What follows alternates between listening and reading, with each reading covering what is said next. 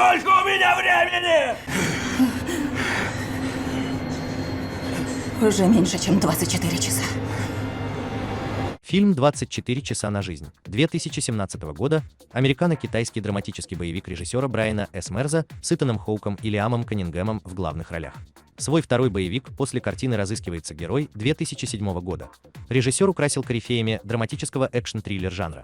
Ключевых героев сыграли Итан Хоук, Пол Андерсон, эпизодическая роль досталась легендарному Рутгеру Хауэру. Сюжет фильма не новый, но как глоток свежего воздуха он появился на радость любителям хорошего триллера. Главная изюминка боевика «24 часа на жизнь» — это участие знаменитого и очень талантливого актера Итана Хоука. Хоук известен такими яркими киношедеврами, как «Забирая жизни» 2004 года, где он появился в тандеме с прекрасной Анджелиной Джоли. Невероятный и закрученный триллер «Патруль времени» 2013 года, где он играет с интересной актрисой Сарой Снук. Итан Хоук отлично справился со своей ролью наемного убийцы. Вжившись в своего персонажа, он передал массу эмоций зрителям: слабость и подавленность после гибели семьи, профессионализм и твердость в драках с врагами, легкое помешательство после ввода секретного препарата и силу характера после осознания того, что жить осталось совсем немного.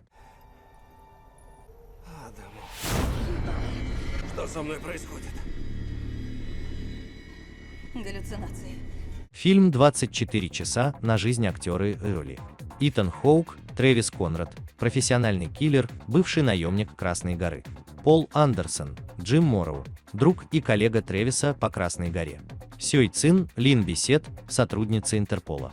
Рутгер Хауэр, Фрэнк, тесть Трэвиса. Тайрон Кеок, Кидзара, бывший наемник Красной горы, выступающий против нее свидетелем. Лиам Каннингем Ветцлер, глава Красной горы. Хаким Кайо Казим, Амал, бывший соратник Трэвиса. Джереми Йонг, Кристофер Бисет, сын Лин. Натали Болт, доктор Хелен, руководитель медицинских экспериментов Красной горы. Знаешь, рыба тебя не любит. Думаешь, у тебя нет души. Рыба это знает, видит и носом. У рыб нет носа. Яркую роль исполнила и Сёй Цин, перевоплотившаяся в агента спецслужб Лин, которая так рьяно защищает свидетеля. Роль напарника Трэвиса, Джима Морроу, исполнил английский актер Пол Андерсон, получивший широкую известность по таким кинолентам, как «Шерлок Холмс», «Игра теней», «Выживший», «Легенда». Персонаж злодея и главы секретной организации Ветцлера достался Лиаму Каннингему, который известен по нашумевшему кинопроекту «Игра престолов». Фильм «24 часа на жизнь» 2017 года отлично снят, а актеры, безусловно, все как один отлично сыграли своих персонажей. Охарактеризовать боевик можно как динамичный экшен с элементами фантастики, за событиями которого только и успеваешь следить. У малоизвестного режиссера со странной фамилией С. Мерз, который раньше занимался постановкой трюков в кино, получилось создать действительно динамичный фильм с несложным сюжетом и отличным экшоном. Боевик «24 часа на жизнь» стал второй совместной работой актеров Итана Хоука и Рутгера Хауэра после фильма Люка Бессона «Валериан» и «Город тысячи планет» 2017 года. Актеры Пол Андерсон и Лиам Каннингем ранее снимались вместе в сериале «Доктор Кто». «24 часа на жизнь» 2017 года. Боевик с душой. Ведь на протяжении всего фильма продвигается линия заботы о возвращении души и совести хладнокровному убийце Конраду, чтобы и рыбы полюбили его для более успешной рыбалки, как советовал ему тесть Фрэнк, которого потрясающе сыграл непревзойденный Рутгер Хауэр. Все эти, как кажется, на первый взгляд несочетаемые жизненные жанры и перипетии, показанные в боевике «24 часа на жизнь», стоит увидеть и прочувствовать. Лента Брайана С. Мерза наполнена погонями, перестрелками, рукопашными поединками и взрывами до отказа, хотя в этом нет ничего удивительного. Свою руку к боевику «24 часа на жизнь» приложили создатели крутой франшизы Джон Уик с Киану Ривзом. А они точно знают, что такое месть и как ее необходимо преподносить. В фильме «24 часа на жизнь» 2017 года отчетливо просматривается стиль боевика нового поколения. Он безжалостный, но не лишенный драмы. Он реалистичный, хотя красоты боевых сцен и тяжести выполнения эффектных трюков никто не отменял.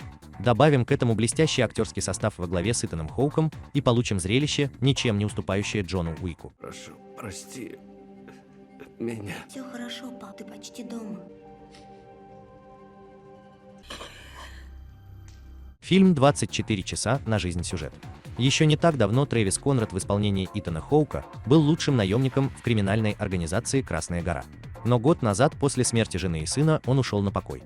Внезапно с Трэвисом связывается представитель его конторы, его бывший друг и коллега Джим Морроу. Его играет Пол Андерсон. И обещает $1 миллион за срочную миссию в ЮАР. Конрад должен найти и убить наемника корпорации Кита Зеру. Роль исполнил Тайрон Кеок, который готов рассказать в суде о военных преступлениях в Намибии. Боссу агентства «Красная гора» Ветслеру. Его сыграл Лиам Каннингем. Нужно убрать свидетеля, показания которого могут разрушить его процветающий бизнес.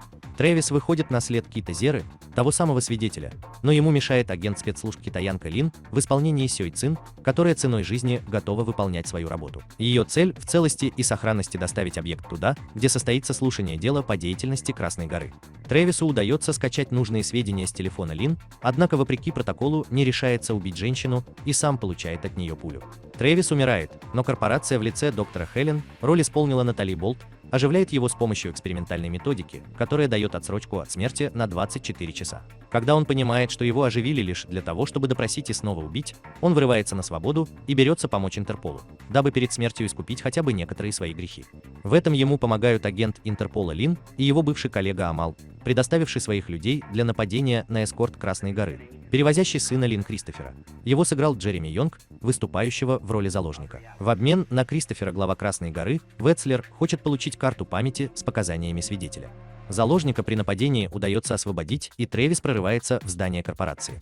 Там он узнает, что его жена и сын были убиты его бывшим другом Джимом по приказу Ветслера. Морроу, как выяснилось, лишь защищал свою собственную семью. Пока Трэвис решает свои проблемы, в дом его тестя Фрэнка проникают убийцы, но пожилому человеку удается перехитрить их и обезвредить выстрелом из ружья. Трэвис убивает всех боевиков, защищающих Ветслера, который погибает от руки Джима. Морроу через секунду убивают ворвавшиеся в здание спецназовцы. Часы отсчитывают последние мгновения жизни Трэвиса. Но это еще не конец. Я не хочу убивать тебя.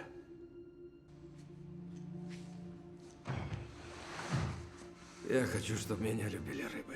В целом, несмотря на некоторую вторичность, простоту и даже таймер на руке героя, слишком явно скопированный из картины «Время» 2011 года, фильм «24 часа на жизнь» смотреть достаточно интересно.